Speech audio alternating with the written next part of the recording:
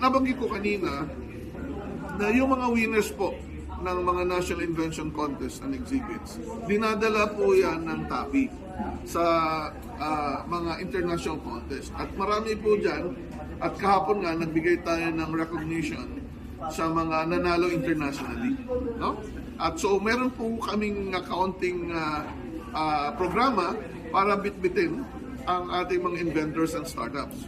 Importante po na maintindihan ng lahat ng ating mga kababayan na kung tayo ay very proud na manalo ng gold medal sa mga palaro o naging placer sa mga beauty pageant, kailangan at nagbibigay tayo ng suporta, kailangan natin bigyan ng suporta ang ating mga inventors, scientists, researchers na mapakilala ang kanilang mga technology so that then magkaroon ng mas maraming investment, dumami ang may magandang kalidad na trabaho kasi nga yung ating mga enterprises ay lumalago.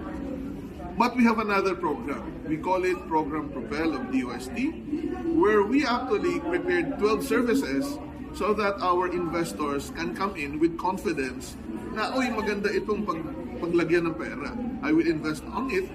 Kung makita ko na maganda talaga, maraming test. Yung FEED test, Philippine Technology Evaluation and Standards for Testing Platform, ito yung paraan na i-test natin ang ating mga technology at ma-certify.